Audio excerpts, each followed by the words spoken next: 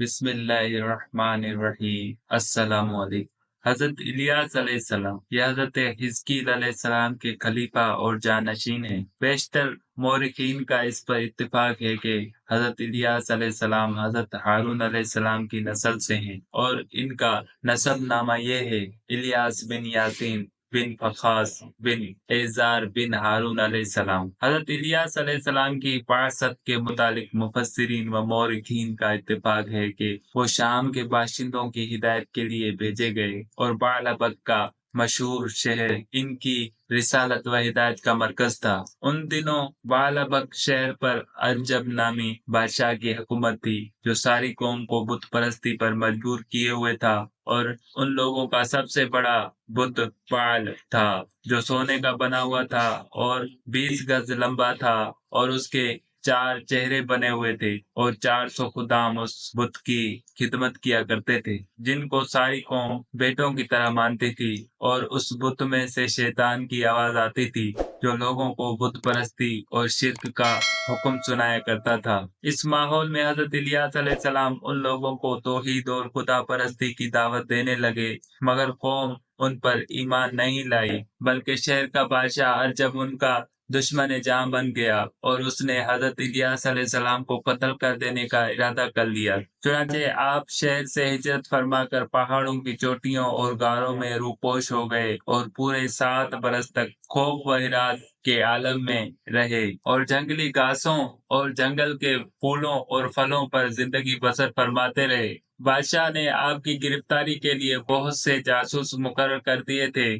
आपने मुश्किलात से तंग आकर ये दुआ मांगी कि इलाही मुझे इन जालिमों से निजात और राहत अता फरमा। तो आप पर वही आई कि तुम फलां दिन फलां जगह पर जाओ और वहां जो सवारी मिले बिला खौफ उस पर सवार हो जाओ। चुनाचे उस दिन उस मकाम पर आप पहुंचे तो एक सुर्ख रंग का घोड़ा खड़ा था। आप उस पर सवार हो गए और घोड़ा चल पड़ा तो आपके चचाजाद भाई हजरत अलीसा अलैहिस्सलाम ने आपको पुकारा और अर्ज किया कि अब मैं क्या करूं। तो आपने अपना कंबल उन पर डाल दिया। यह निशानी थी कि मैंने तुमको बनी इसराइल की हिदायत के लिए अपना खलीफा बना दिया। फिर अल्लाह ताला ने आपको लोगों की नजर से उजल फरमा दिया और आपको खाने और पीने से बेनियाज कर दिया और आपको अल्लाह ताला ने फरिश्तों की जमात में शामिल फरमा लिया और हजरत अलसी अलैहिस्सलाम निहायत अज़म व हिम्मत के साथ लोगों की हिदायत करने लगे। चुनाचे अल्लाह ताला ने हर दम और हर कदम पर उनकी मदद फरमाई और बनी इसराइल आप पर ईमान लाए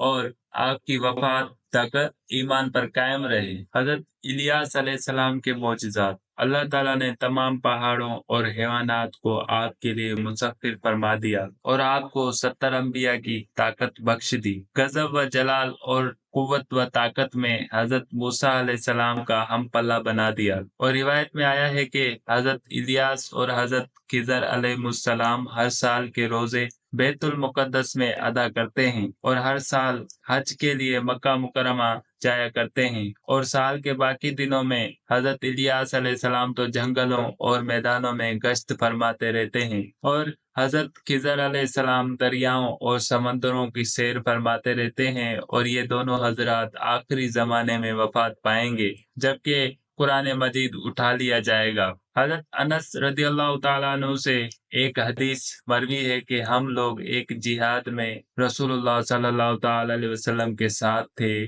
तो रास्ते में एक आवाज आई कि या अल्लाह तू मुझको हजरत मोहम्मद सल्लल्लाहु तआला अलैहि वसल्लम की उम्मत में बना दे जो उम्मत मरहुमा और मुस्तजाब दावत है। तो हुजूर अलैहिस्सलातु वस्सलाम ने फरमाया कि ए अनस तुम उस आवाज का पता लगाओ। तो मैं पहाड़ में दाखिल हुआ तो अचानक ये नजर आया कि एक आदमी निहायत सफेद कपड़ों में मलबूस लंबी दाढ़ी वाला नजर आया। जब उसने मुझे देखा तो पूछा कि तुम रसूलुल्लाह सल्लल्लाहु तआला अलैहि वसल्लम के सहाबी हो। तो मैंने अर्ज किया कि जी हाँ। तो उन्होंने फरमाया कि तुम जाकर हुजूर से मेरा सलाम अर्ज करो और ये कह दो कि आपके भाई इलियास अलैहिस्सलाम आपसे मुलाकात का इरादा रखते हैं। चुनाचे मैंने वापस आकर हुजूर से सारा मामला अर्ज किया तो आप मुझको हमरा लेकर रवाना हुए और जब आप उनके करीब पहुंच गए तो मैं पीछे हट गया। फिर दोनों साहिबान देर तक गुफ्तगू फरमाते रहे اور آسمان سے ایک دسترخواں اتر پڑا تو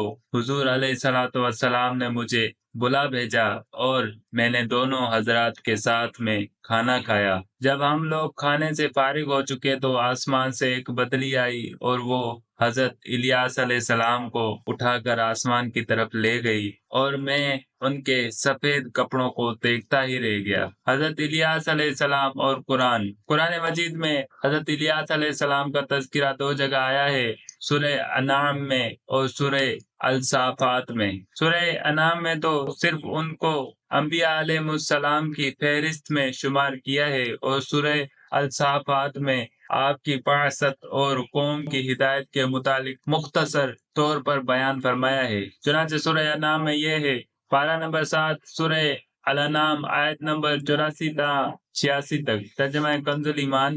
اور اس کی اولاد میں سے داؤد اور سلیمان اور ایوب اور یوسف اور موسیٰ اور ہارون کو، اور ہم ایسا ہی بدلہ دیتے ہیں نیکوکاروں کو، اور زکریا اور یحییٰ اور عیسیٰ اور الیاس کو، یہ سب ہمارے قرب کے لائق ہیں، اور اسماعیل اور یسع اور یونس اور لوط کو، اور ہم نے ہر ایک کو اس کے وقت میں سب پر فضیلت دی۔ اور سورہ صافات میں اس طرح ارشاد فرمایا کہ پارہ نمبر 23 سورہ الصافات آیت نمبر 123 سے 132 تک، ترجمہ کنز ایمان۔ اور بے شک الیاس پیغمبروں میں سے ہے، جب اس نے اپنی قوم سے فرمایا، کیا تم ڈرتے نہیں؟ کیا بال کو پوجتے ہو اور چھوڑتے ہو سب سے اچھا پیدا کرنے والے اللہ کو، جو رب ہے تمہارا اور تمہارے اگلے باپ دادا کا؟ پھر انہوں نے اسے جھٹلایا تو وہ ضرور پکڑے آئیں گے مگر اللہ کے چنے ہوئے بندے، اور ہم نے پچھلوں میں اس کی ثنا باقی رکھی۔ سلام ہو الیاس پر، بے شک ہم ایسا ہی صلہ دیتے ہیں نیکوں کو، بے شک وہ ہمارے اعلیٰ درجے کے کامل الایمان بندوں میں ہے۔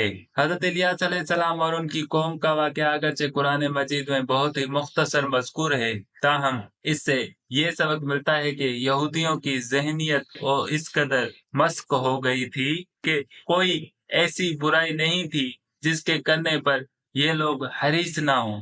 باوجود یکا ان میں ہدایت کے لیے مسلسل انبیاء کرام علیہ السلام تشریف لاتے رہے، مگر پھر بھی بت پرستی کو، عقب پرستی اور غیر اللہ کی عبادت ان لوگوں سے نہ چھوٹ سکی۔ پھر یہ لوگ اعلیٰ درجے کے جھوٹے بد عہد اور رشوت خور بھی رہے، اور اللہ تعالیٰ کے مقدس نبیوں کو ایذائیں دینا اور ان کو قتل کر دینا ان ظالموں کا محبوب مشغلہ رہا ہے۔ بہرحال ان ظالموں کے واقعات سے جہاں ان لوگوں کو بدبختی و کجروی اور مجرمانہ شکاوت پر روشنی پڑتی ہے، وہیں ہم لوگوں کو یہ نصیحت و عبرت بھی حاصل ہوتی ہے کہ اب جب کہ نبوت کا سلسلہ ختم ہو چکا ہے تو ہمارے لیے بے حد ضروری ہے کہ خدا کے آخری پیغام یعنی اسلام پر مضبوطی سے قائم رہ کر یہودیوں کے ظالمانہ طریقوں کی مخالفت کریں اور کفار کی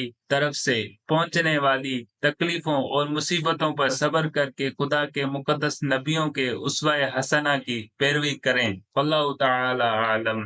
السلام علیکم۔